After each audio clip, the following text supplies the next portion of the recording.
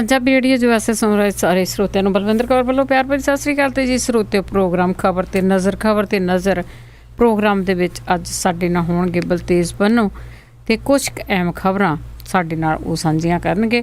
ਅੱਜ ਹੀ ਹੁਣ ਕੁਝ ਕੁ ਅਸੀਂ ਅਹਿਮ ਖਬਰਾਂ ਕਰਾਂਗੇ। ਖਬਰਾਂ ਤੋਂ ਪਹਿਲਾਂ ਧੰਨਵਾਦ ਕਰਨਾ ਚਾਹਾਂਗੇ ਸਾਡੇ ਸਪਾਂਸਰ ਦਾ, ਜਿਨ੍ਹਾਂ ਨੇ ਇਸ ਪ੍ਰੋਗਰਾਮ ਨੂੰ ਸਪਾਂਸਰ ਕਰਕੇ ਤੁਹਾਡੇ ਤੱਕ ਪਹੁੰਚਾਇਆ ਜੀ। ਸੁਰਿੰਦਰ ਕੌਰ ਧਾਮੀ ਦੇ ਪਰਿਵਾਰ ਸੀਰਸ ਤੋਂ ਖਾਲਸਾ ਇੰਸ਼ੋਰੈਂਸ ਏਜੰਸੀ ਵਾਲੇ, ਜਿਨ੍ਹਾਂ ਦਾ ਫੋਨ ਨੰਬਰ 4082722500। ਗੁਰਦੀਪ ਸਿੰਘ ਬਿਰਦੀ ਕਲੋਬਸ ਤੋਂ, ਸਤਨਾਮ ਸਿੰਘ ਸ਼ੇਰਗਿੱਲ ਦੇ ਪਰਿਵਾਰ ਸਲਮਾ ਤੋਂ, ਸੁੱਖਾ ਸਿੰਘ ਜੀ ਬਾਈਸੀਲੀਆ ਤੋਂ, Punjabi American senior citizen centre Bakersfield, Navjot Kaur Kaloti ਦੇ ਪਰਿਵਾਰ ਜੁਬਾ ਸਿਟੀ ਤੋਂ ਬਹੁਤ ਬਹੁਤ ਇਹਨਾਂ ਦੇ ਧੰਨਵਾਦੀਆਂ ਕਿ ਇਹਨਾਂ ਨੇ ਇਸ ਪ੍ਰੋਗਰਾਮ ਨੂੰ ਸਪਾਂਸਰ ਕਰਕੇ ਤੁਹਾਡੇ ਤੱਕ ਪਹੁੰਚਾਇਆ ਜੀ। ਕਰਦੇ ਹਾਂ ਜੀ ਗੱਲਬਾਤ ਬਲਤੇਜ ਪੰਨੂ ਹੋਰਾਂ ਨਾਲ। ਬਲਤੇਜ ਪੰਨੂ ਜੀ, ਸਤਿ ਸ਼੍ਰੀ ਅਕਾਲ, ਸਵਾਗਤ ਹੈ ਜੀ। ਸਤਿ ਸ਼੍ਰੀ ਅਕਾਲ ਜੀ, ਧੰਨਵਾਦ ਜੀ, ਬਹੁਤ ਮਿਹਰਬਾਨੀ।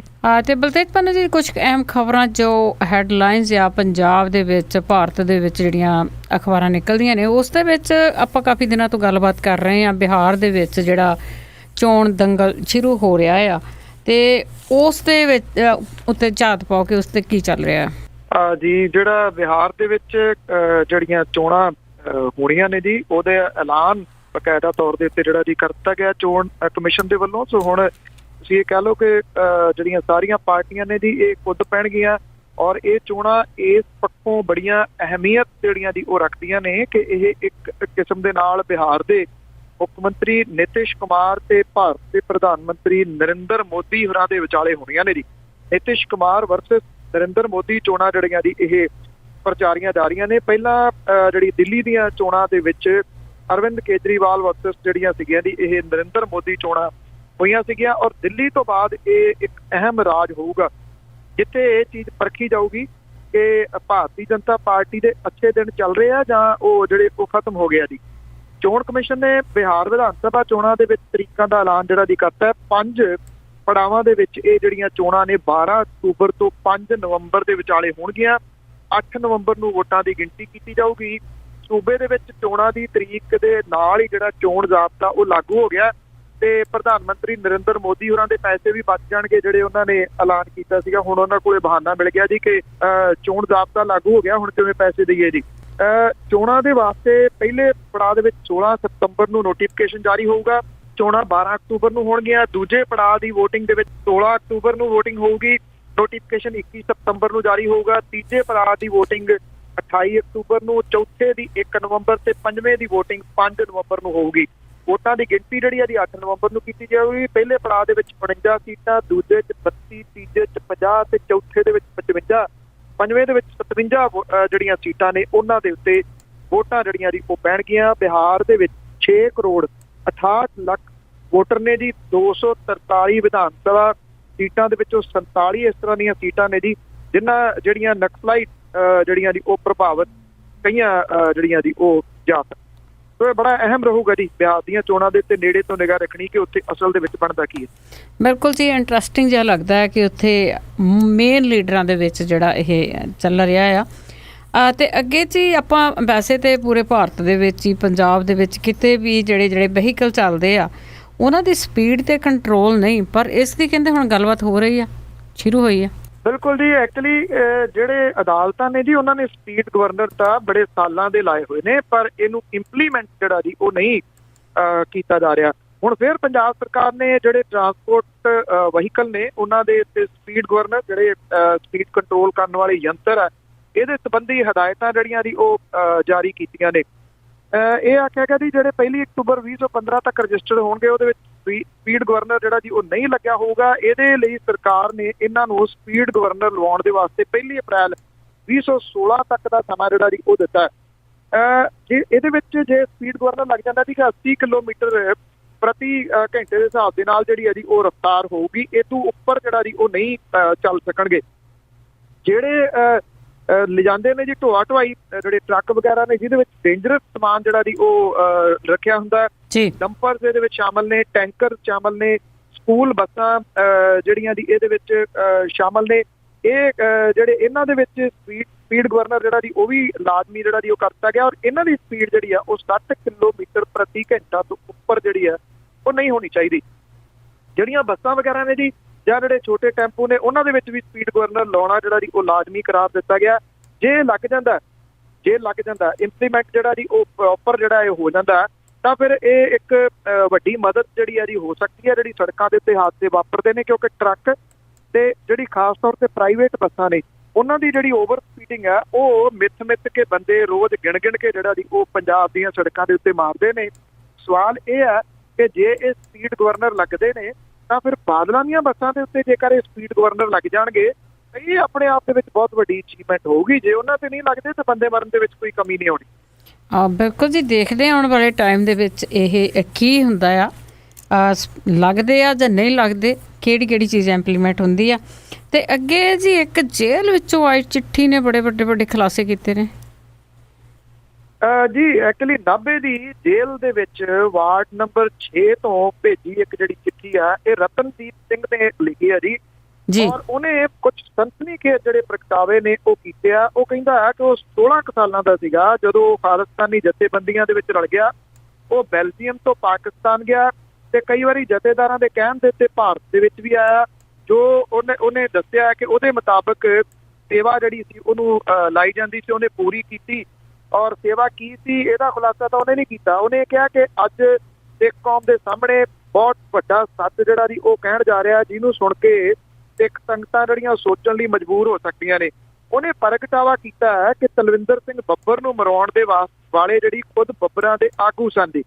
ਉਹਨੇ ਕਿਹਾ ਕਿ ਜਿਹੜੇ ਅੱਲੜ ਨੌਜਵਾਨ ਇਹਨਾਂ ਜਥੇਦਾਰਾਂ ਦੇ ਕੋਲੇ ਸਹਾਇਤਾ ਲਈ ਗਏ, ਉਹਨਾਂ ਦੀਆਂ ਮਾਮੂਲੀ ਗਲਤੀਆਂ ਕਰਕੇ ਉਹਨਾਂ ਨੂੰ ਬਾਰਡਰ ਤੇ ਲਿਜਾ ਕੇ ਸਰਕਾਰੀ ਏਜੰਸੀਆਂ ਦੇ ਇਸ਼ਾਰੇ ਦੇ ਉੱਤੇ ਉਹਨਾਂ ਨੂੰ ਗ੍ਰਿਫਤਾਰ ਜਿਹੜਾ ਸੀ ਉਹ ਕਰਵਾ ਦਿੱਤਾ ਗਿਆ। ਗੋਲੀਆਂ ਮਰਵਾ ਦਿੱਤੀਆਂ ਗਈਆਂ ਜਿਨ੍ਹਾਂ ਦੀਆਂ ਮੌਤਾਂ ਲਈ ਇਹ ਜਥੇਦਾਰ ਬਰੀ ਨਹੀਂ ਕੀਤੇ ਜਾ ਸਕਦੇ। ਰਤਨਦੀਪ ਸਿੰਘ ਨੇ ਆਪਣੀ ਚਿੱਠੀ ਵਿੱਚ ਇਹ ਵੀ ਖੁਲਾਸਾ ਕੀਤਾ ਕਿ ਜਗਤਾਰ ਸਿੰਘ ਤਾਰਾ ਨੂੰ ਖਾਲਿਸਤਾਨੀ ਜਿਹੜੇ ਜਥੇਦਾਰ ਨੇ ਉਹਨਾਂ ਨੇ ਫੜਵਾਇਆ ਕਿਉਂਕਿ ਤਾਰਾ ਉਹਨਾਂ ਦੀ ਈਨ ਮੰਨਣ ਤੋਂ ਇਨਕਾਰੀ ਸੀਗਾ ਜੀ। ਉਹਨੇ ਕਿਹਾ ਕਿ ਹਰਮਿੰਦਰ ਸਿੰਘ ਮਿੰਟੂ ਨੂੰ ਵੀ ਖਾਲਿਸਤਾਨੀਆਂ ਆਗੂਆਂ ਨੇ ਫੜਵਾਇਆ ਕਿਉਂਕਿ ਉਹ ਖਾਲਿਸਤਾਨ ਲਿਬਰੇਸ਼ਨ ਫੋਰਸ ਦੇ ਹੱਕ ਦੇ ਵਿੱਚ ਨਹੀਂ ਸੀਗਾ। ਰਤਨਦੀਪ ਸਿੰਘ ਨੇ ਲਿਖੀ ਇਸ ਚਿੱਠੀ ਦੇ ਵਿੱਚ ਇਹ ਕਿਹਾ ਕਿ ਉਹਨੂੰ ਫੜਵਾਉਣ ਵਾਲੇ ਖਾਲਿਸਤਾਨੀ ਜਥੇਦਾਰ ਨੇ ਜਿਹੜੇ ਬਾਅਦ ਦੇ ਵਿੱਚ ਆਪਣੇ ਬੰਦਿਆਂ ਕੋਲੋਂ ਰੌਲਾ ਪਾਉਂਦੇ ਸੀਗੇ ਕਿ ਇਹ ਆਪ ਹੀ ਪੇਸ਼ ਹੋ ਗਿਆ। ਸਿੱਖ ਨਜ਼ਰਬੰਦਾਂ ਤੇ ਮਾਰੇ ਗਏ ਨੌਜਵਾਨਾਂ ਦੇ ਪਰਿਵਾਰਾਂ ਦੀ ਸਹਾਇਤਾ ਲਈ ਬੜੀ ਸੰਸਥਾ ਦੇ ਜਥੇਦਾਰ ਬਲਵੀਰ ਸਿੰਘ ਯੂਕੇ ਉਹਦੇ ਬਾਰੇ ਉਹਨੇ ਇਸ ਚਿੱਠੀ ਦੇ ਵਿੱਚ ਖੁਲਾਸਾ ਕੀਤਾ ਕਿ ਵਿਅਕਤੀ ਏਜੰਸੀਆਂ ਦੇ ਨਾਲ ਰਲ ਕੇ ਕੰਮ ਕਰ ਰਿਹਾ। ਸਿੱਖ ਪਰਿਵਾਰਾਂ ਲਈ ਲੋਕਾਂ ਵੱਲੋਂ ਆਪਣੀ ਕਿਰਤ ਕਮਾਈ ਵਿੱਚੋਂ ਜਿਹੜੀ ਕੀਤੀ ਜਾਂਦੀ ਸਹਾਇਤਾ ਉਹ ਆਪਣੇ ਫਾਇਦੇ ਦੇ ਵਾਸਤੇ ਵਰਤ ਲਿਆ। ਉਹਨੇ ਇਹ ਵੀ ਖੁਲਾਸਾ ਕੀਤਾ ਜੀ ਕਿ ਇਹ ਜਿਹੜਾ ਬੈਂਸ ਹੈ ਉਹਨੇ ਨਵਾਂ ਡਰਾਮਾ ਕਰਕੇ ਨੇਪਾਲ ਦੇ ਗਰੀਬਾਂ ਦੀ ਮਦਦ ਦਾ ਬਹਾਨਾ ਕਰਕੇ ਇੱਕ ਮੋਟੀ ਰਕਮ ਜਿਹੜੀ ਆ ਜੀ ਉਹ ਹੜੱਪੀ ਹੈ। ਉਹਨੇ ਇਹ ਵੀ ਕਿਹਾ ਕਿ ਜਿਹੜਾ ਵੀ ਕੋਈ ਬੰਦਾ ਇਹਨਾਂ ਦੇ ਖਿਲਾਫ ਕੁਝ ਬੋਲਣ ਦੀ ਹਿੰਮਤ ਕਰਦਾ ਹੈ ਤਾਂ ਪਹਿਲਾਂ ਉਹਦੇ ਘਰ ਬੰਦੇ ਭੇਜ ਕੇ ਜੀ ਪੈਸੇ ਦੇ ਕੇ ਉਹਨੂੰ ਚੁੱਪ ਕਰਾ ਦਿੱਤਾ ਜਾਂਦਾ ਹੈ, ਫਿਰ ਉਹਦਾ ਕੰਡਾ ਜਿਹੜਾ ਜੀ ਉਹ ਕੱਢ ਦਿੱਤਾ ਜਾਂਦਾ ਜੀ। ਉਹਨੇ ਇਹ ਵੀ ਕਿਹਾ ਕਿ ਜਿਹੜੇ ਸਿੱਖ ਨੌਜਵਾਨਾਂ ਦੇ ਪਰਿਵਾਰਾਂ ਦੀ ਜਿਹੜੇ ਸੰਘਰਸ਼ ਦੇ ਵਿੱਚ ਰਹੇ ਨੇ ਉਹਨਾਂ ਦੀ ਹਾਲਤ ਇੰਨੀ ਮਾੜੀ ਹੈ ਕਿ ਉਹਨਾਂ ਪਰਿਵਾਰਾਂ ਦੀ ਕੋਈ ਮਦਦ ਜਿਹੜੀ ਆ ਜੀ ਨਹੀਂ ਕੀਤੀ ਜਾਂਦੀ। ਜੇ ਕੀਤੀ ਜਾਂਦੀ ਹੈ ਤਾਂ ਫਿਰ 2-2 ਹਜ਼ਾਰ ਜਾਂ 5-5 ਹਜ਼ਾਰ ਰੁਪਈਏ ਦੇ ਕੇ ਫੋਟੋਆਂ ਖਿੱਚ ਕੇ ਫੇਸਬੁੱਕ ਦੇ ਉੱਤੇ ਜਿਹੜੀਆਂ ਜੀ ਉਹ ਚੜਾ ਦਿੱਤੀਆਂ ਜਾਂਦੀਆਂ ਨੇ ਔਰ ਇਹਨਾਂ ਪਰਿਵਾਰਾਂ ਨੂੰ ਮੰਗਤਿਆਂ ਦੇ ਰੂਪ ਦੇ ਵਿੱਚ ਜਿਹੜਾ ਜੀ ਉਹ ਪੇਸ਼ ਕੀਤਾ ਜਾਂਦਾ। ਉਹਨੇ ਆਪਣੀ ਚਿੱਠੀ ਦੇ ਵਿੱਚ ਇਹ ਵੀ ਗੱਲ ਲਿਖੀ ਹੈ ਕਿ ਜਗਤਾਰ ਸਿੰਘ ਹਵਾਰੇ ਦੀ ਚੜ੍ਹਤ ਜਿਹੜੀ ਸੀ ਉਹ ਇਹਨਾਂ ਨੂੰ ਹਜਮ ਨਹੀਂ ਸੀ ਹੋਈ ਕੁਝ ਜਥੇਦਾਰਾਂ ਨੂੰ, ਜਿਹਦੇ ਕਰਕੇ ਉਹਨਾਂ ਇਹ ਕਿਹਾ ਕਿ ਇਹਨੂੰ ਜਿਹੜਾ ਜੀ ਉਹ ਫੜਵਾਇਆ ਗਿਆ। ਖਾਲਿਸਤਾਨ ਦੇ ਬਾਰੇ ਫੰਡ ਇਕੱਠੇ ਕਰਨ ਬਾਰੇ ਉਹਨੇ ਕਿਹਾ ਕਿ ਜੇ ਕੋਈ ਸਵਾਲ ਕਰਦਾ ਤਾਂ ਫਿਰ ਉਹਨੂੰ ਇਸ ਦੁਨੀਆ ਤੋਂ ਹੀ ਜਿਹੜਾ ਜੀ ਉਹ ਤੋੜ ਦਿੱਤਾ ਜਾਂਦਾ। ਰਤਨਦੀਪ ਸਿੰਘ ਦੇ ਵੱਲੋਂ ਲਿਖੀ ਗਈ ਇਹ ਜਿਹੜੀ ਚਿੱਠੀ ਆ ਜੀ ਇਹਨੇ ਇਸ ਵੇਲੇ ਜਿਹੜੀਆਂ ਇਹ ਜਥੇਬੰਦੀਆਂ ਖਾਲਿਸਤਾਨ ਦੇ ਵਾਸਤੇ ਜਿਹੜੀਆਂ ਇਹਦੀਆਂ ਸੰਘਰਸ਼ ਅਸੀਂ ਕਰ ਰਹੀਆਂ ਜੀ ਉਹਨਾਂ ਦੇ ਵਿੱਚ ਕਾਫੀ ਜਿਹੜੀ ਹੈ ਜੀ ਘੁਸਰ ਮੁਸਰ ਸ਼ੁਰੂ ਹੋਈ ਹੈ ਜੀ ਇਸ ਚਿੱਠੀ ਜਿਹੜੀ ਰਤਨਦੀਪ ਸਿੰਘ ਦੀ ਹੈ ਜੀ ਉਹ ਜਾਰੀ ਹੋਣ ਤੋਂ ਬਾਅਦ। ਜੀ ਦੇਖਦੇ ਜੀ ਆਉਣ ਵਾਲੇ ਦਿਨਾਂ ਦੇ ਵਿੱਚ ਇਸ ਤੇ ਕੀ ਬਿਆਨਬਾਜ਼ੀਆਂ ਹੁੰਦੀਆਂ ਨੇ ਕਿ ਚਿੱਠੀ ਉਸਨੇ ਲਿਖ ਕੇ ਭੇਜੀ ਆ ਜਾਂ ਕਿੱਧਰੋਂ ਆਈ ਆ। ਤੇ ਅੱਗੇ ਚੱਲਦੇ ਆ ਜੀ। ਸਾਊਦੀ ਅਰਬ ਦਾ ਜਿਹੜਾ ਡਿਪਲੋਮੈਟ ਆ ਦਿੱਲੀ ਦੇ ਵਿੱਚ ਉਸ ਤੇ ਬੜੇ ਗੰਭੀਰ ਦੋਸ਼ ਲੱਗ ਰਹੇ ਜੀ। ਸਾਊਦੀ ਅਰਬ ਦੇ ਰਾਜਦੂਤ ਨੇ ਜੀ ਅਵਲ ਸਕੱਤਰ ਤੇ 2 ਘਰੇਲੂ ਨੌਕਰਾਣੀਆਂ ਦੇ ਨਾਲ ਉਹਨਾਂ ਦੇ ਤੇ ਰੇਪ ਕਰਨ ਦਾ ਮਾਮਲਾ ਜਿਹੜਾ ਜੀ ਉਹ ਦਰਜ ਕੀਤਾ ਗਿਆ। ਨੇਪਾਲੀ ਜਿਹੜੀਆਂ ਇਹ ਨੌਕਰਾਣੀਆਂ ਨੇ ਜੀ ਇਹਨਾਂ ਨੂੰ ਇੱਕ NGO ਦੀ ਸ਼ਿਕਾਇਤ ਦੇ ਉੱਤੇ ਦਿੱਲੀ ਦੀ ਪੁਲਿਸ ਨੇ ਗੁੜਗਾਉਂ ਦੇ ਵਿੱਚ ਇੱਕ ਮਕਾਨ ਤੋਂ ਜਿਹੜਾ ਜੀ ਉਹ ਆਜ਼ਾਦ ਕਰਵਾਇਆ। ਇਹ ਜਿਹੜੀਆਂ ਪੀੜਤ ਨੌਕਰਾਣੀਆਂ ਨੇ ਮਾਵਾਂ ਧੀਆਂ ਨੇ ਉਹਨਾਂ ਦੀ ਸ਼ਿਕਾਇਤ ਦੇ ਉੱਤੇ ਸੈਕਟਰੀ ਉਹਦੀ ਵਾਈਫ ਉਹਦੀਆਂ ਬੇਟੀਆਂ ਦੇ ਖਿਲਾਫ FIR ਦਰਜ ਜਿਹੜੀ ਹੈ ਜੀ ਉਹ ਕੀਤੀ ਗਈ ਹੈ। ਭਾਰਤ ਦੇ ਵਿਦੇਸ਼ ਮੰਤਰਾਲੇ ਦੇ ਇੱਕ ਜਿਹੜਾ ਸਪੋਕਸ ਪਰਸਨ ਹੈ ਜੀ, ਉਹਨੇ ਇਹ ਗੱਲ ਕਹੀ ਹੈ ਕਿ ਇਹਦੇ ਸੰਬੰਧ ਦੇ ਵਿੱਚ ਪੁਲਿਸ ਦੇ ਕੋਲੋਂ ਵਿਸਤਾਰ ਦੇ ਤਹਿਤ ਜਾਣਕਾਰੀ ਮੰਗੀ ਗਈ ਹੈ। ਦੂਜੇ ਪਾਸੇ ਭਾਰਤ ਦੇ ਵਿੱਚ ਸਥਿਤ ਜਿਹੜਾ ਨੇਪਾਲ ਦੂਤਾਵਾਸ ਹੈ, ਉਹਦੇ ਰਾਜਦੂਤ ਦੀਪਕ ਉਪਾਧਿਆਏ ਜਿਹੜਾ ਉਹਨੇ ਇਹ ਕਿਹਾ ਕਿ ਅਸੀਂ ਇਸ ਮਾਮਲੇ ਨੂੰ ਲੈ ਕੇ ਵਿਦੇਸ਼ ਮੰਤਰਾਲੇ ਦੇ ਨਾਲ ਸਿੱਧੇ ਜੁੜੇ ਹੋਏ ਆ। ਸਾਊਦੀ ਡਿਪਲੋਮੈਟ ਦੇ ਸੰਬੰਧ ਵਿੱਚ ਉਹਨੇ ਕਿਹਾ ਕਿ ਸਾਊਦੀ ਦੇ ਸਾਡੇ ਨਾਲ ਚੰਗੇ ਸੰਬੰਧ ਨੇ ਔਰ ਇਸ ਪਹਿਲੂ ਦੇ ਉੱਤੇ ਜਾਂਚ ਤੋਂ ਬਾਅਦ ਹੀ ਕੁਝ ਕਹਿਣਾ ਜਿਹੜਾ ਦੀ ਉਹ ਠੀਕ ਹੋਊਗਾ। ਨੇਪਾਲ ਦੇ ਬਗਲੂਮ ਤੋਂ ਇਹ ਪੀੜਤ ਮਾਂ ਬੇਟੀ ਜਿਹਦੀ ਉਮਰ 44 ਤੇ 20 ਸਾਲ ਦੱਸੀ ਗਈ ਹੈ, ਇਹ 5 ਮਹੀਨੇ ਪਹਿਲਾਂ ਦਿੱਲੀ ਦੇ ਵਿੱਚ ਆਈਆਂ ਸਨ। ਇੱਥੇ ਉਹਨਾਂ ਨੂੰ ਸਾਊਦੀ ਅਰਬ ਦੇ ਵਿੱਚ ਨੌਕਰੀ ਦਿਵਾਉਣ ਤੇ 30,000 ਰੁਪਏ ਤਨਖਾਹ ਤੇ ਮੁਫਤ ਖਾਣੇ ਤੇ ਰਿਹਾਇਸ਼ ਦਾ ਲਾਲਚ ਜਿਹੜਾ ਸੀਗਾ ਉਹ ਦਿੱਤਾ ਗਿਆ ਸੀਗਾ। ਇਹਨਾਂ ਔਰਤਾਂ ਨੇ, ਮਾਵਾਂ ਧੀਆਂ ਨੇ ਬੜੇ ਕੁਝ ਜਿਹੜੇ ਦੀ ਉਹ ਖੁਲਾਸੇ ਕੀਤੇ ਨੇ। ਜਿਹੜੇ ਲੂ ਕੰਡੇ ਖੜੇ ਕਰਨ ਵਾਲੇ ਨੇ ਉਹ ਜਿਹੜੀਆਂ ਇਹ ਕਹਿੰਦੀਆਂ ਨੇ ਕਿ ਇਹਨਾਂ ਦੋਵਾਂ ਮਾਵਾਂ ਧੀਆਂ ਦੇ ਨਾਲ ਦਿਨ ਦੇ ਵਿੱਚ 7-7, 8-8 ਲੋਕ ਜਿਹੜੇ ਸਨ ਉਹ ਰੇਪ ਕਰਦੇ ਸਨ। ਉਹਨਾਂ ਨੇ ਕਿਹਾ ਕਿ ਵਿਰੋਧ ਕਰਨ ਦੇ ਉੱਤੇ ਉਹਨਾਂ ਨੂੰ ਬਹੁਤ ਬੁਰੇ ਤਰੀਕੇ ਦੇ ਨਾਲ ਕੁੱਟਿਆ ਜਾਂਦਾ ਸੀਗਾ। ਉਹਨਾਂ ਨੇ ਇਹ ਵੀ ਖੁਲਾਸਾ ਕੀਤਾ ਕਿ 28 ਹੋਰ ਲੜਕੀਆਂ ਨੂੰ ਸਾਊਦੀ ਅਰਬ ਜਿਹੜਾ ਜੀ ਇੱਥੋਂ ਲਿਜਾਇਆ ਗਿਆ, ਜਿਨ੍ਹਾਂ ਦਾ ਕੋਈ ਅਤਾ ਪਤਾ ਨਹੀਂ ਹੈ। ਉਹਨਾਂ ਨੇ ਇਹ ਵੀ ਦੋਸ਼ ਲਾਇਆ ਕਿ ਸਾਊਦੀ ਅਰਬ ਦੇ ਵਿੱਚ ਜਿਹੜਾ ਜੀ ਇਹਨਾਂ ਔਰਤਾਂ ਜਿਹੜੀਆਂ ਨੇ ਇਹਨਾਂ ਨੂੰ ਧੰਦੇ ਦੇ ਵਾਸਤੇ ਉੱਥੇ ਜਿਹੜਾ ਜੀ ਉਹ ਵਰਤਿਆ ਜਾਂਦਾ ਹੈ। ਉੱਧਰ ਜਿਹੜਾ ਸਾਊਦੀ ਦੂਤਾਵਾਸ ਹੈ ਜੀ, ਉਹਨੇ ਇਹ ਗੱਲ ਕਹੀ ਹੈ ਕਿ ਬਲਾਤਕਾਰ ਦੇ ਜਿਹੜੇ ਦੋਸ਼ ਨੇ ਬਿਲਕੁਲ ਝੂਠੇ ਨੇ। ਉਹਨਾਂ ਨੇ ਪੁਲਿਸ ਦੇ ਵੱਲੋਂ ਕੀਤੀ ਗਈ ਕਾਰਵਾਈ ਦੇ ਉੱਤੇ ਇਤਰਾਜ਼ ਪ੍ਰਗਟਾਇਆ। ਇਹ ਆਖਿਆ ਕਿ ਇਹ ਕੂਟਨੀਤਿਕ ਸਮਝੌਤਿਆਂ ਦੀਆਂ ਉਲੰਘਣਾਵਾਂ ਨੇ ਤੇ ਇਹ ਦੋਸ਼ ਕਦੇ ਵੀ ਜਿਹੜਾ ਜੀ ਉਹ ਸਾਬਤ ਨਹੀਂ ਹੋਣਗੇ। ਪਰ ਇਹਨਾਂ ਜ਼ਰੂਰ ਹੈ ਜੀ, ਇਹ ਔਰਤਾਂ ਜਿਹੜੀਆਂ ਦੀ ਫੜੀਆਂ ਗਈਆਂ ਨੇ ਜਦੋਂ ਤੋਂ, ਇਹਨਾਂ ਨੇ ਇਸ ਵੇਲੇ ਇੱਕ ਵੱਡੀ ਤਰਥੱਲੀ ਇਸ ਖਬਰ ਨੇ ਜਿਹੜੀ ਹੈ ਜੀ ਜ਼ਰੂਰ ਮਚਾਈ ਹੋਈ ਹੈ ਜੀ। ਤੇ ਅੱਗੇ ਜੀ ਆਪਾਂ ਪੰਜਾਬ ਦੇ ਵਿੱਚ ਮੋਦੀ ਦੀ ਆਮਦ ਹੋ ਰਹੀ ਆ ਤੇ ਪੰਜਾਬ ਸਰਕਾਰ ਬੜੀ ਪੱਬਾਂ ਭਾਰ ਹੋਈ ਪਈ ਹੈ ਜੀ। ਬਿਲਕੁਲ ਜੀ, ਪੰਜਾਬ ਦੇ ਵਿੱਚ ਸਥਿਤ ਜਿਹੜਾ ਜੀ ਏਅਰਪੋਰਟ ਜਿਹੜਾ ਨਵਾਂ ਬਣਿਆ ਉਹਦਾ ਉਦਘਾਟਨ ਕਰਨ ਆ ਰਹੇ ਨੇ ਜੀ ਨਰਿੰਦਰ ਮੋਦੀ ਹੋਰੀ। ਇਹਦੀ ਤਾਂ ਗੱਲ ਪੰਜਾਬ ਸਰਕਾਰ ਨੂੰ ਇਹ ਯਕੀਨ ਨਹੀਂ ਹੈ ਜੀ ਲਾਸਟ ਮਿੰਟ ਤੱਕ ਉਹ ਆ ਜਾਣਗੇ, ਕਿਉਂਕਿ ਕਈ ਵਾਰੀ ਉਹਨਾਂ ਦੇ ਪ੍ਰੋਗਰਾਮ ਜਿਹੜੇ ਰੱਦ ਹੋਏ ਨੇ। ਪਰ ਕਿਉਂਕਿ ਇਹ ਪ੍ਰੋਗਰਾਮ ਜਿਹੜਾ ਕੇਂਦਰੀ ਸ਼ਾਸਿਤ ਇਲਾਕਾ ਚੰਡੀਗੜ੍ਹ ਦੇ ਵਿੱਚ ਜਿਹੜੀ ਰੈਲੀ ਹੋਣੀ ਹੈ, ਇਸ ਕਰਕੇ ਇੱਥੇ ਆ ਜਾਣ ਦੀ ਉਮੀਦ ਹੈ। ਦੂਜਾ ਆ ਜਾਣ ਦੀ ਉਮੀਦ ਇਸ ਕਰਕੇ ਵੀ ਹੈ ਕਿ ਇਹ ਏਅਰਪੋਰਟ ਇਕੱਲੇ ਪੰਜਾਬ ਦਾ ਨਹੀਂ ਹੈਗਾ ਜੀ, ਇਹ ਨਾਲ ਚੰਡੀਗੜ੍ਹ, ਹਰਿਆਣਾ ਤੇ ਹਿਮਾਚਲ ਦਾ ਵੀ ਹੈ। ਸੋ 3 ਰਾਜਾਂ ਤੇ ਇੱਕ ਕੇਂਦਰੀ ਰਾਜ ਦਾ ਇਹ ਏਅਰਪੋਰਟ ਹੈ, ਜਿਹਦੇ ਕਰਕੇ ਇੱਥੇ ਇਹਨਾਂ ਦੇ ਆ ਜਾਣ ਦੀ ਉਮੀਦ ਹੈ। ਇਸ ਵੇਲੇ ਜਿਹੜਾ ਜੀ ਵੱਡੀ ਗਿਣਤੀ ਦੇ ਵਿੱਚ ਸੁਰੱਖਿਆ ਫੋਰਸਸ ਜਿਹੜੀਆਂ ਦੀ ਉਹ ਤਾਇਨਾਤ ਕੀਤੀਆਂ ਗਈਆਂ ਨੇ ਔਰ ਪ੍ਰਧਾਨ ਮੰਤਰੀ ਨਰਿੰਦਰ ਮੋਦੀ 9:15 ਵਜੇ ਇੰਟਰਨੈਸ਼ਨਲ ਏਅਰਪੋਰਟ ਦਾ ਉਦਘਾਟਨ ਕਰਨਗੇ। ਇਸ ਤੋਂ ਬਾਅਦ 10 ਵਜੇ PGI ਦੇ ਵਿੱਚ ਇੱਕ ਫੰਕਸ਼ਨ ਆ ਜੀ, ਉਹਦੇ ਵਿੱਚ ਉਹਨਾਂ ਨੇ ਸ਼ਿਰਕਤ ਕਰਨੀ ਹੈ। ਸਟੂਡੈਂਟ ਨੂੰ ਡਿਗਰੀਆਂ ਜਿਹੜੀਆਂ ਉਹ ਵੰਡੀਆਂ ਜਾਣਗੀਆਂ। ਉਸ ਤੋਂ ਬਾਅਦ ਸੈਕਟਰ 25 ਦੇ ਵਿੱਚ ਜਿਹੜੀ ਰੈਲੀ ਹੈ ਉਹਨੂੰ ਉੱਥੇ ਜਿਹੜਾ ਜੀ ਉਹ ਸੰਬੋਧਨ ਕਰਨਗੇ। ਇਹ ਸ਼ਮਸ਼ਾਨ ਘਾਟ ਦੇ ਬਿਲਕੁਲ ਨਾਲ ਜਿਹੜੀ ਹੈ ਜੀ ਉਹ ਰੈਲੀ ਹੈ। ਜੇ ਕਿਸੇ ਦੀ ਡੈਥ ਹੋਈ ਹੋਵੇ ਤੇ ਉਹਨੂੰ ਸ਼ਾਮ ਤੱਕ ਜਿਹੜਾ ਜੀ ਇੱਥੇ ਅੰਤਮ ਸੰਸਕਾਰ ਨਹੀਂ ਕਰਨ ਦਿੱਤਾ ਜਾਊਗਾ। ਜਦੋਂ ਸਾਰੇ ਸਮਾਗਮ ਖਤਮ ਹੋ ਜਾਣਗੇ ਉਦੋਂ ਜਿਹੜਾ ਜੀ ਇੱਥੇ ਜਿਹੜਾ ਜੀ ਅੰਤਮ ਸੰਸਕਾਰ ਕੀਤਾ ਜਾ ਸਕੂਗਾ। ਵਾਟਰ ਪ੍ਰੂਫ ਜਿਹੜੀ ਸਟੇਜ ਹੈ ਉਹ ਤਿਆਰ ਕੀਤੀ ਗਈ ਹੈ। ਬੁਲਟ ਪ੍ਰੂਫ ਜਿਹੜੀ ਹੈ ਜੀ ਉਹ ਸਟੇਜ ਤਿਆਰ ਕੀਤੀ ਗਈ ਹੈ। ਔਰ ਦੂਜੇ ਪਾਸੇ ਸਿਮਰਜੀਤ ਸਿੰਘ ਮਾਨ ਹੋਰਾਂ ਨੇ ਜਿਹੜੀ ਹੈ ਜੀ ਅੱਜ ਇਹ ਗੱਲ ਆਖੀ ਹੈ ਕਿ ਜਿਹੜਾ ਏਅਰਪੋਰਟ ਬਣਿਆ ਚੰਡੀਗੜ੍ਹ ਦਾ, ਇਹਦਾ ਨਾਮ ਭਗਤ ਸਿੰਘ ਦੇ ਨਾਮ ਦੇ ਉੱਤੇ ਨਹੀਂ ਰੱਖਿਆ ਜਾਣਾ ਚਾਹੀਦਾ। ਉਹਨਾਂ ਨੇ ਕਿਹਾ ਕਿ ਭਗਤ ਸਿੰਘ ਅੱਤਵਾਦੀ ਸੀਗਾ, ਅੱਤਵਾਦੀ ਦੇ ਨਾਂ ਦੇ ਉੱਤੇ ਨਾਂ ਨਹੀਂ ਰੱਖਿਆ ਜਾਣਾ ਚਾਹੀਦਾ। ਉਹਨਾਂ ਨੇ ਕਿਹਾ ਕਿ ਇਸ ਏਅਰਪੋਰਟ ਦਾ ਨਾਮ ਬਾਬਾ ਬੰਦਾ ਸਿੰਘ ਬਹਾਦਰ ਜਿਹੜਾ ਜੀ ਉਹਨਾਂ ਦੇ ਨਾਮ ਦੇ ਉੱਤੇ ਰੱਖਿਆ ਜਾਣਾ ਚਾਹੀਦਾ ਜੀ। ਮੈਂ ਦੱਸਦਾ ਕਿ ਅਜੇ ਏਅਰਪੋਰਟ ਦਾ ਨਾਮ ਜਿਹੜਾ ਜੀ ਕੁਝ ਵੀ ਫਾਈਨਲ ਨਹੀਂ ਹੈ ਕਿ ਕਿਸ ਨਾਂ ਦੇ ਉੱਤੇ ਰੱਖਿਆ ਜਾ ਰਿਹਾ। ਭਗਤ ਸਿੰਘ ਦੇ ਨਾਂ ਦੇ ਉੱਤੇ ਜਿਹੜੇ ਨੇ ਜੀ ਕੀ ਹਰਿਆਣਾ, ਚੰਡੀਗੜ੍ਹ ਤੇ ਹਿਮਾਚਲ ਜਿਹੜੇ ਰਾਜੀ ਹੋਣਗੇ, ਇਹ ਵੀ ਅਜੇ ਸਵਾਲ ਹੀ ਹੈ ਜੀ ਆਪਣੇ ਆਪ ਦੇ ਵਿੱਚ। ਪਰ ਮਾਨ ਸਾਹਿਬ ਨੇ ਇੱਕ ਨਵੀਂ ਚਰਚਾ ਜਿਹੜੀ ਹੈ ਜੀ ਜ਼ਰੂਰ ਛੇੜਦੀ ਹੈ ਇਹਦੇ ਨਾਲ। ਜੀ ਜੀ ਜੀ ਬਿਲਕੁਲ, ਇਹ ਇੱਕ ਹੋਰ ਪਾਸੇ ਦੀ ਹੀ ਚਰਚਾ ਜਿਹੜੀ ਆ ਉਹ ਛਿੜ ਗਈ ਆ। ਤੇ ਅੱਗੇ ਆਪਾਂ ਮੂਵੀ ਜਿੰਦਾ ਸੁੱਖਾ ਦੀ ਗੱਲ ਕਰੀਏ, ਪੂਰੇ ਦੇਸ਼ ਦੇ ਵਿੱਚ ਉਸ ਤੇ ਪਾਬੰਦੀ ਲੱਗ ਗਈ। ਇਹ ਫਿਲਮ ਜਿਹੜੀ ਬਣੀ ਹੈ ਤੇ ਮਾਸਟਰਮਾਈਂਡ ਜਿੰਦਾ ਸੁੱਖਾ ਜਿਹੜੀ ਸ਼ੁੱਕਰਵਾਰ ਨੂੰ ਰਿਲੀਜ਼ ਹੋਣੀ ਸੀ, ਉਹਦੇ ਉੱਤੇ ਪਾਬੰਦੀ ਲਾ ਦਿੱਤੀ ਗਈ ਹੈ।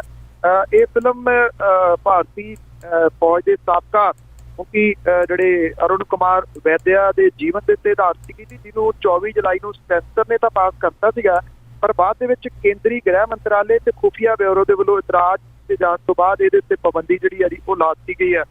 ਫਿਲਮ ਦੇ ਡਾਇਰੈਕਟਰ ਦਾ ਇਹ ਕਹਿਣਾ ਜੀ ਕਿ ਸੈਂਸਰ ਬੋਰਡ ਦੀ ਸਲਾਹਕਾਰ ਕਮੇਟੀ ਨੂੰ ਕੇਂਦਰੀ ਗ੍ਰਹਿ ਮੰਤਰਾਲੇ ਤੇ ਖੁਫੀਆ ਬਿਊਰੋ ਤੋਂ ਚਿੱਠੀ ਮਿਲੀ ਸੀ, ਜਿਹਦੇ ਵਿੱਚ ਫਿਲਮ ਦੀ ਰਿਲੀਜ਼ ਤੇ ਇਤਰਾਜ਼ ਕੀਤਾ ਗਿਆ ਸੀਗਾ। ਉਹਦਾ ਇਹ ਮੰਨਣਾ ਕਿ ਫਿਲਮ ਦੇ ਰਿਲੀਜ਼ ਹੋਣ ਦੇ ਨਾਲ ਲੋਕਾਂ ਦੀਆਂ ਧਾਰਮਿਕ ਭਾਵਨਾਵਾਂ ਨੂੰ ਠੇਸ ਪਹੁੰਚੂਗੀ ਤੇ ਇਹਦੇ ਨਾਲ ਦੰਗਿਆਂ ਵਰਗੇ ਹਾਲਾਤ ਜਿਹੜੇ ਨੇ ਜੀ ਉਹ ਬਣ ਜਾਣਗੇ, ਜਿਹਦੇ ਕਰਕੇ ਬੋਰਡ ਨੇ ਇਹਦੇ ਉੱਤੇ ਪਾਬੰਦੀ ਜਿਹੜੀ ਹੈ ਜੀ ਉਹ ਲਾ ਦਿੱਤੀ ਹੈ।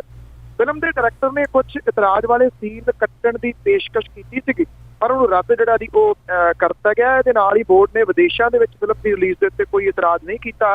ਉਹਨੇ ਕਿਹਾ ਕਿ ਇਹ ਫਿਲਮ 11 ਮੁਲਕਾਂ ਦੇ ਵਿੱਚ ਰਿਲੀਜ਼ ਹੋ ਰਹੀ ਹੈ। ਡਾਇਰੈਕਟਰ ਨੇ ਇਹ ਕਿਹਾ ਕਿ ਉਹ ਅਦਾਲਤ ਦਾ ਸਹਾਰਾ ਜਿਹੜਾ ਜੀ ਲੈਣਗੇ ਤਾਂ ਕਿ ਇਸ ਫਿਲਮ ਨੂੰ ਜਿਹੜਾ ਜੀ ਉਹ ਭਾਰਤ ਦੇ ਵਿੱਚ ਵੀ ਰਿਲੀਜ਼ ਕਰਵਾਇਆ ਜਾ ਸਕੇ। ਅੱਜ ਹੀ ਤੇ ਅੱਗੇ ਆਪਾਂ ਗੱਲ ਕਰੀਏ, ਮੋਗਾ ਦੇ ਵਿੱਚ ਜਿਹੜਾ ਇੱਕ ਕਤਲ ਕਾਂਡ ਹੋਇਆ ਸੀ, ਉਸ ਦੇ ਵਿੱਚ ਕਿਸ ਨੂੰ ਦੋਸ਼ੀ ਕਰਾਰ ਦਿੱਤਾ ਗਿਆ? ਐਕਚੁਅਲੀ ਜੀ ਇਹ ਜਿਹੜੀ ਕਾਂਡ ਹੋਇਆ ਸੀਗਾ ਜੀ, ਇਹਦੇ ਵਿੱਚ ਜਿਹੜੀ ਇੱਕ ਲੜਕੀ ਅਰਸ਼ਦੀਪ ਕੌਰ ਜਾ ਰਹੀ ਸੀ ਜੀ, ਜਿਹਨੂੰ ਉਹਦੀ ਮਾਂ ਨੂੰ ਦੋਨਾਂ ਨੂੰ ਜਿਹੜਾ ਸੀਗਾ ਜੀ ਧੱਕੇ ਮਾਰ ਕੇ ਸੁੱਟ ਦਿੱਤਾ ਗਿਆ ਸੀਗਾ। ਬਹੁਤ ਚਰਚਿਤ ਇਹ ਕਾਂਡ ਹੋਇਆ ਸੀਗਾ। ਲੰਡੇ ਕਿਆਂ ਦੀ ਪੁਲਿਸ ਦੇ ਕੋਲ ਨੇ ਮਾਮਲਾ ਜਿਹੜਾ ਦਰਜ ਕੀਤਾ ਸੀਗਾ। ਇਸ ਮਾਮਲੇ ਦੇ ਵਿੱਚ ਮੋਗੇ ਦੀ ਜਿਹੜੀ ਸੈਸ਼ਨ ਅਦਾਲਤ ਹੈ ਜੀ, ਉਹਦੇ ਵਿੱਚ ਇਹਦੀ ਕਾਂਡ ਦੀ ਸੁਣਵਾਈ ਜਿਹੜੀ ਹੈ ਜੀ ਉਹ ਬਕਾਇਦਾ ਤੌਰ ਦੇ ਉੱਤੇ ਸ਼ੁਰੂ ਹੋ ਗਈ ਹੈ। ਜਿਹੜੇ ਮੁਲਜ਼ਮਾਂ ਦੇ ਖਿਲਾਫ ਦੋਸ਼ ਤੈਅ ਕਰ ਦਿੱਤੇ ਗਏ ਨੇ, ਚਲਾਨ ਉਹਨਾਂ ਦਾ ਪੇਸ਼ ਹੋ ਗਿਆ। 3 ਨਵੰਬਰ ਨੂੰ ਗਵਾਹਾਂ ਨੂੰ ਹਾਜ਼ਰ ਹੋਣ ਦੇ ਵਾਸਤੇ ਨੋਟਿਸ ਜਾਰੀ ਉਹ ਕੀਤੇ ਗਏ ਨੇ। ਦੂਜੇ ਪਾਸੇ ਜਿਹੜਾ ਐਸਟੀ ਕਮਿਸ਼ਨ ਹੈ, ਉਹਦੇ ਅੱਗੇ ਤੇ ਜ਼ਿਲ੍ਹੇ ਦੇ ਸਿਵਲ ਤੇ ਪੁਲਿਸ ਪ੍ਰਸ਼ਾਸਨ ਨੇ ਨਿੱਜੀ ਤੌਰ ਦੇ ਉੱਤੇ ਪੇਸ਼ ਹੋ ਕੇ ਇਸ ਮਾਮਲੇ ਦੀ ਹੁਣ ਤੱਕ ਦੀ ਕਾਰਵਾਈ ਤੇ ਪੀੜਤ ਪਰਿਵਾਰ ਨੂੰ ਦਿੱਤੇ ਮੁਆਵਜ਼ੇ ਤੇ ਹੋਰ ਸਹੂਲਤਾਂ ਬਾਰੇ ਰਿਪੋਰਟ ਪੇਸ਼ ਜਿਹੜੀ ਹੈ ਜੀ ਉਹ ਕਰ ਦਿੱਤੀ ਹੈ। ਬਾਦਲਾਂ ਦੀ ਮਾਲਕੀ ਵਾਲੀ ਬੱਸ ਕੰਪਨੀ ਜਿਹੜੀ ਔਰਬਿਟ ਹੈ, ਉਹਦੇ ਵਿੱਚ 29 ਅਪ੍ਰੈਲ ਨੂੰ ਛੇੜਛਾੜ ਤੋਂ ਬਾਅਦ ਇਹਨਾਂ ਦੋਵਾਂ ਨੂੰ ਸੁੱਟਿਆ ਗਿਆ ਸੀਗਾ। ਲੜਕੀ ਦੀ ਜਿਹੜੀ ਉਹ ਮੌਤ ਹੋ ਗਈ ਸੀ ਔਰ ਪੰਜਾਬ ਪੂਰਾ ਜਿਹੜਾ ਸੀਗਾ ਜੀ ਭਖ ਪਿਆ ਸੀਗਾ ਇਸ ਕੇਸ ਤੋਂ ਬਾਅਦ। ਐਕਚੁਅਲੀ ਜਿਹੜੀ ਨੌਕਰੀ ਤੇ ਪੈਸੇ ਵਾਲੀ ਗੱਲ ਜਿਹੜੀ ਹੈ ਜੀ ਅਦਾਲਤ ਦੇ ਵਿੱਚ ਸਰਕਾਰ ਨੇ ਜਿਹੜੀ ਪੇਸ਼ ਕੀਤੀ ਆ, ਉੱਥੇ ਤੁਸੀਂ ਅੰਦਾਜ਼ਾ ਲਾ ਸਕਦੇ ਹੋ ਕਿ ਗਵਾਹ ਜਿਹੜੇ ਉਹ ਕੀ ਕਹਿਣਗੇ। ਉੱਥੇ ਜਿਹੜੇ ਪੇਸ਼ ਹੋਣੇ ਨੇ ਪੀੜਤ ਪਰਿਵਾਰ ਦੇ ਪਰਿਵਾਰਕ ਮੈਂਬਰ, ਉਹਨਾਂ ਨੇ ਜਿਹੜਾ ਜੀ ਉਹ ਕੀ ਕਹਿਣਾ ਹੈ। ਇਹਦਾ ਬਹੁਤੀ ਕਹਾਣੀ ਜਿਹੜੀ ਹੈ ਜੀ ਨਵੰਬਰ ਦੇ ਮਹੀਨੇ ਦੇ ਵਿੱਚ ਸਾਹਮਣੇ ਆ ਜਾਊਗੀ, ਜਦੋਂ ਸਰਕਾਰੀ ਤੌਰ ਦੇ ਉੱਤੇ ਇਹ ਗੱਲ ਜਿਹੜੀ ਹੈ ਜੀ ਪੇਸ਼ ਕਰਤੀ ਗਈ ਹੈ ਕਿ ਅਸੀਂ ਦੇਖੋ ਪੀੜਤ ਪਰਿਵਾਰ ਦਾ ਪੂਰੀ ਜਿਹੜੀ ਉਹ ਸਾਰ ਲਈ ਹੈ, ਉਹਨਾਂ ਨੂੰ ਅਸੀਂ ਜਿਹੜਾ ਜੀ ਫੰਡਸ ਵਗੈਰਾ ਵੀ ਮੁਹੱਈਆ ਕਰਦੇ ਨੇ ਤੇ ਹੋ ਸਕਦਾ ਜੀ ਕਿ ਜਿਹੜਾ ਪੀੜਤ ਪਰਿਵਾਰ ਹੈ ਇਸ ਮਸਲੇ ਦੇ ਉੱਤੇ ਕੁਝ ਮਾਮਲਿਆਂ ਦੇ ਉੱਤੇ ਚੁੱਪ ਜਿਹੜੀ ਹੈ ਜੀ ਉਹ ਧਾਰਨ ਕਰ ਲੂਗਾ, ਜਿਹੜੀ ਕਿ ਇਸ ਮਸਲੇ ਨੂੰ ਖੁਰਦ-ਬੁਰਦ ਕਰਨ ਜਾਂ ਜਿਹੜਾ ਜੀ ਖਾਸ ਤੌਰ ਦੇ ਉੱਤੇ ਸੱਤਾਧਾਰੀ ਧਿਰ ਜਿਹਦੀ ਇਹ ਬੱਸ ਹੈ, ਇਹ ਕੰਪਨੀ ਨੂੰ ਕਿਸੇ ਨਾ ਕਿਸੇ ਰੂਪ ਦੇ ਵਿੱਚ ਜਿਹੜਾ ਜੀ ਬਾਹਰ ਕੱਢ ਦਿੱਤਾ ਜਾਊਗਾ। ਹੋ ਸਕਦਾ ਜੀ ਕਿਸੇ ਨੂੰ ਇਹਦੇ ਵਿੱਚ ਲਪੇਟਿਆ ਜਾ ਸਕਦਾ। ਬੱਸ ਦਾ ਜਿਹੜਾ ਡਰਾਈਵਰ ਕੰਡਕਟਰ ਹੈ ਜੀ, ਉਹਨਾਂ ਨੂੰ ਇਹਦੇ ਚ ਲਪੇਟੇ ਦੇ ਵਿੱਚ ਲਿਆ ਜਾ ਸਕਦਾ ਹੈ। ਜਿਹੜਾ ਅਸਲ ਦੇ ਵਿੱਚ ਮਾਮਲਾ ਉੱਠਿਆ ਸੀਗਾ ਜਦੋਂ ਇਹ ਬੱਸ ਜਿਹੜੀ ਸੀਗੀ ਇਹਦੇ ਵਿੱਚੋਂ ਜਿਹੜੀ ਲੜਕੀ ਦੀ ਡੈਥ ਹੋ ਗਈ ਸੀਗੀ, ਉਦੋਂ ਜਿਹੜਾ ਮਾਮਲਾ ਇਹ ਉੱਠਿਆ ਸੀਗਾ ਜੀ ਕਿ ਇਹ ਬੱਸਾਂ ਜਿਹੜੀਆਂ ਨੇ ਇਹ ਸੜਕਾਂ ਦੇ ਉੱਤੇ ਅੰਨ੍ਹੇਵਾਹ ਚੱਲਦੀਆਂ ਨੇ ਤੇ ਇਹਨਾਂ ਦੇ ਜਿਹੜੇ ਡਰਾਈਵਰ ਕੰਡਕਟਰ ਨੇ ਉਹ ਧੱਕਾ ਕਰਦੇ ਨੇ ਸਵਾਰੀਆਂ ਦੇ ਨਾਲ। ਕੀ ਇਹ ਮਸਲਾ ਜਿਹੜਾ ਜੀ ਇਹ ਉੱਭਰ ਸਕੂਗਾ ਜਾਂ ਇੱਥੇ ਖਤਮ ਹੋ ਜਾਊਗਾ? ਮੇਰਾ ਖਿਆਲ ਜਿਹੜੀ ਸੱਤਾਧਾਰੀ ਧਿਰ ਦੇ ਵਕੀਲ ਨੇ ਉਹਨਾਂ ਦੇ ਵੱਲੋਂ ਜਿਹੜੀ ਪੇਸ਼ ਕੀਤੀ ਗਈ ਹੈ, ਇਹਦੇ ਵੱਲੋਂ ਬਹੁਤ ਸਾਰੀਆਂ ਕਹਾਣੀਆਂ ਜਿਹੜੀਆਂ ਕਲੀਅਰ ਹੀ ਜਾਂਦੀਆਂ। ਬਿਲਕੁਲ, ਪਰਿਵਾਰ ਤਾਂ ਉਦੋਂ ਵੀ ਦੇਖ ਲਓ ਵੀ ਕੀ ਕਹਿੰਦਾ ਸੀਗਾ, ਪਰਿਵਾਰ ਨੇ ਕੀ ਕਰਨਾ। ਇਹ ਤਾਂ ਇਸ ਤਰ੍ਹਾਂ ਹੀ ਸਮਝੋ ਕਿ ਮਾਮਲਾ ਆਇਆ ਗਿਆ ਤੇ ਅਖੀਰ ਦੇ ਵਿੱਚ ਅਜ਼ਨਾਮਾ। ਠੀਕ ਹੈ, ਆਖਰ ਦਿੱਲੀ ਤੋਂ ਅੱਜ ਐਲਾਨ ਹੋਇਆ ਕਦ ਨੂੰ ਚੋਣ ਬਿਹਾਰ ਵਿੱਚ ਆਵਣੀ ਜੀ। ਆਖਰ ਦਿੱਲੀ ਤੋਂ ਅੱਜ ਐਲਾਨ ਹੋਇਆ ਕਦ ਨੂੰ ਚੋਣ ਬਿਹਾਰ ਵਿੱਚ ਆਵਣੀ ਜੀ। ਰਾਖੀ ਲਈ ਪੈਣਾ ਪ੍ਰਬੰਧ ਕਰਨਾ, ਕਿਸ਼ਤਾਂ ਵਿੱਚ ਇਹ ਚੋਣ ਕਰਵਾਵਣੀ ਜੀ। ਉਧਰ ਜੁੜਿਆ ਨੀਤੀਸ਼ ਦੇ ਨਾਲ ਲਾਲੂ, ਆ ਕੇ ਸੋਨੀਆ ਸਾਂਝ ਭੁਗਤਾਵਣੀ ਜੀ। ਮਾਰੂ ਮੋਦੀ ਬਿਹਾਰ ਵੱਲ ਬਹੁਤ ਚੱਕਰ ਲੱਗਦੀ, ਉਹਨੇ ਵੀ ਧੂੜ ਧਮਾਵਣੀ ਜੀ। ਰਹੇ ਪਹਿਲੀ ਜਾਂ ਦੂਸਰੀ ਧਿਰ ਆ ਜਾਏ, ਬਾਹਲਾ ਸੁਧਰ ਹਾਲਾਤ ਵੀ ਜਾਵਣਾ ਨਾ। ਰਹੇ ਪਹਿਲੀ ਜਾਂ ਦੂਸਰੀ ਧਿਰ ਆ ਜਾਏ, ਬਾਹਲਾ ਸੁਧਰ ਹਾਲਾਤ ਵੀ ਜਾਵਣਾ ਨਾ। ਚੋਗਾ ਲਾਰਿਆਂ ਦਾ ਚੋਖਾ ਪਾਉਣ ਮਗਰੋਂ ਪਾਣੀ ਪੁੱਛਣ ਵੀ ਕਿਸੇ ਨੇ ਆਵਣਾ। ਬਹੁਤ ਬਹੁਤ ਧੰਨਵਾਦ ਬਲਤੇਜ ਪੰਨੂ ਜੀ, ਤੁਸੀਂ ਸਾਡੇ ਨਾਲ ਜੁੜੇ ਤੇ ਅਹਿਮ ਖਬਰਾਂ ਦੇ ਪਿੱਛੇ ਕੀ ਹੁੰਦਾ ਹੈ ਉਹਦੇ ਬਾਰੇ ਸਾਨੂੰ ਜਾਣਕਾਰੀ ਦਿੱਤੀ। ਥੈਂਕ ਯੂ ਜੀ, ਬੜੀ ਮਿਹਰਬਾਨੀ ਜੀ। ਸਤਿ ਸ਼੍ਰੀ ਅਕਾਲ ਜੀ। ਸਰੋਤੇ, ਸਾਨੂੰ ਬਲਤੇਜ ਪੰਨੂ ਜੋ ਸਾਡੇ ਨਾਲ ਜੁੜੇ ਤੇ ਸਾਨੂੰ ਦੱਸਿਆ ਕਿ ਅਹਿਮ ਖਬਰਾਂ ਦੇ ਪਿੱਛੇ ਕੀ ਕੁਛ ਹੁੰਦਾ। ਹੁਣ ਬਲਵਿੰਦਰ ਕੌਰ ਵੱਲੋਂ ਵੀ ਅਗਲੇ ਬੁਲੇਟਿਨ ਤੱਕ ਸਾਰੇ ਸਰੋਤਿਆਂ ਨੂੰ ਪਿਆਰ ਭਰੀ ਸਤਿ ਸ਼੍ਰੀ ਅਕਾਲ।